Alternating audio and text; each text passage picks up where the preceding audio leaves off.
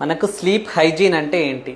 So నిద్ర బాగా పట్టడానికి మనం కొన్ని ప్రికాషన్స్ ఫాలో అవ్వాల్సి వస్తుంది. దాన్ని స్లీప్ హైజీన్ అంటాం.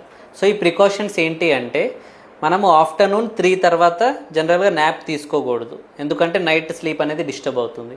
అండ్ ఆఫ్టర్నూన్ ఈవినింగ్ 4 or 5 తర్వాత టీ కానీ కాఫీ కానీ లేదా ఏమైనా స్టిమ్యులెంట్స్ కానీ తీసుకోకూడదు. దాని ఎఫెక్ట్ మనకు నైట్ స్లీప్ మీద పడుతుంది.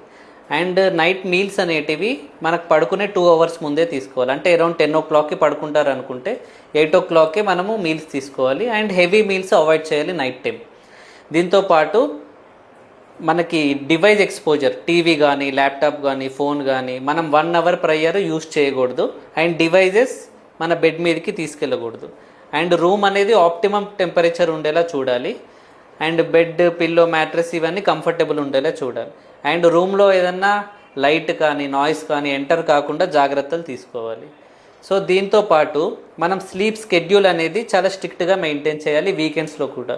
సో చాలామంది Monday to Friday sleep schedule బాగానే మెయింటైన్ చేసి సాటర్డే అండ్ సండే ఆ స్కెడ్యూల్ అంతా డ్యామేజ్ చేస్తారు. సో స్లీప్ స్కెడ్యూల్ అనేది మనకు మండే టు సండే ఒకటే ఉండేలా చూసుకోండి. సో ఒకవేళ ఇవన్నీ పాటించిన తర్వాత కూడా మనకి నిద్ర పట్టకపోతే ఆర్ ఇన్సోమ్నియా ప్రాబ్లం ఉంటే, సో దీనికి మనం వేరే మెడికేషన్ కానీ లేకపోతే రిలాక్సేషన్ టెక్నిక్స్ కానీ ట్రై చేయాలి. అండ్ ఇంకొకటి, మనకు ఒకవేళ బెడ్ మీదకి వెళ్ళిన తర్వాత 20 minutes వరకు కూడా మీకు నిద్ర పట్టకపోతే ఫోర్స్ చేయకూడదు స్లీప్ రావాలి అని. So better to take a break and read a book or something and go to sleep again. So I'm available at Onus Hospitals from morning 10:30 AM to evening 8:30 PM. Thank you.